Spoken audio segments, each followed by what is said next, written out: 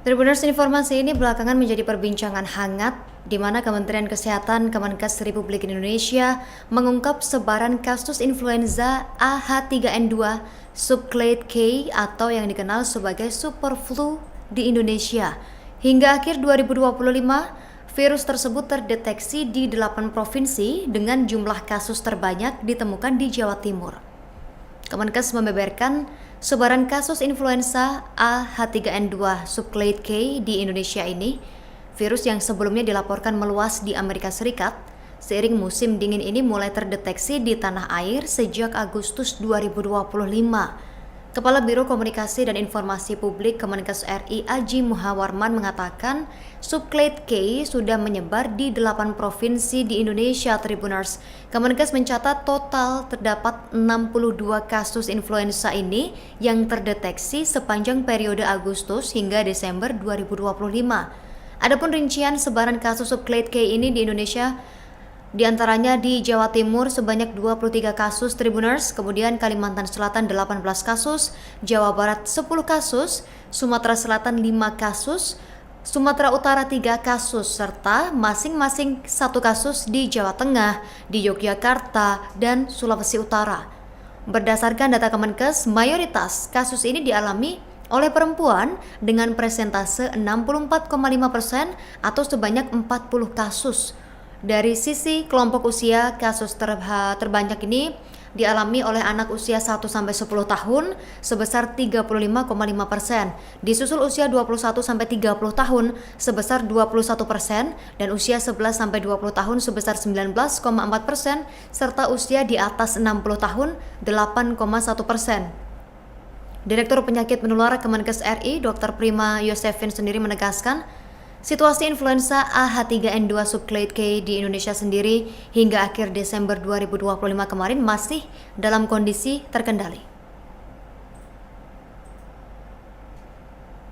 Wakil Ketua Komisi 9 DPR RI Nihayatul Wafiroh menegaskan pemerintah ini tidak boleh abai terhadap potensi risiko kesehatan publik akibat meningkatnya penularan varian baru influenza tersebut. Dia meminta Kemenkes memastikan efektivitas vaksin influenza yang saat ini digunakan masyarakat Indonesia terhadap varian subclade K yang diketahui merupakan turunan dari virus influenza AH3N2. Dikatakannya, pemerintah wajib memastikan apakah vaksin yang beredar ini benar-benar mampu melindungi masyarakat. Jika tidak efektif, Kemenkes harus jujur dan segera menyiapkan langkah korektif. Menurutnya, transparansi data menjadi kunci utama agar publik ini tidak diliputi ketidakpastian dan spekulasi berlebihan.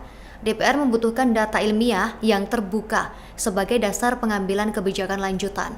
Nihayatul secara tegas meminta Kemenkes melakukan uji ulang vaksin influenza, mempublikasikan hasil uji klinis secara terbuka, serta mempercepat pengembangan atau pengadaan vaksin alternatif jika efektivitas vaksin saat ini terbukti rendah. Dia menegaskan jangan menunggu situasi memburuk. Jika vaksin yang ada kurang manjur terhadap subclade K, pemerintah harus bergerak cepat menghadirkan opsi yang lebih efektif lagi.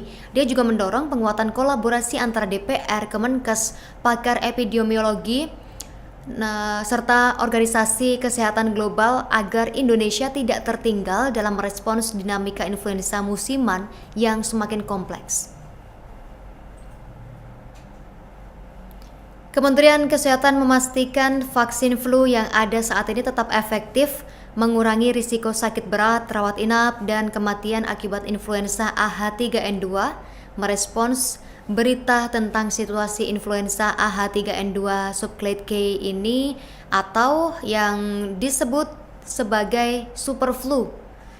Juru bicara Kemenkes Widiawati mengatakan pada Kamis bahwa berdasarkan penilaian Organisasi Kesehatan Dunia WHO dan situasi epidemiologi saat ini, subclade K tidak menunjukkan peningkatan keparahan dibandingkan dengan clade atau subclade lainnya. Namun demikian, dikatakan pemerintah ini terus melakukan surveillance dan pelaporan serta menyiapkan kebijakan dan upaya sesuai dengan situasi terkini, dan dia juga menjelaskan tren jenis influenza ini atau super flu ini mulai dari tingkat global hingga nasional. Di tingkat global di Amerika Serikat mulai terjadi peningkatan kasus influenza tipe A, yakni H3 sejak minggu ke-40 tahun 2025, yakni bulan Oktober. Di situasi yang kedua adalah situasi di Asia. Di Asia, subclade K atau superflu dilaporkan di beberapa negara seperti Tiongkok, Korea, Jepang, kemudian Singapura dan Thailand sejak minggu ke-30 2025, dan varian dominannya influenza AH3. Namun demikian, tren kasus influenza di negara tetangga ini cenderung menurun dalam 2 bulan terakhir Tribuners. Sementara itu di Indonesia sendiri, varian dominannya adalah influenza AH3. Tetapi tren kasus influenza di Indonesia juga menurun dalam 2 bulan terakhir.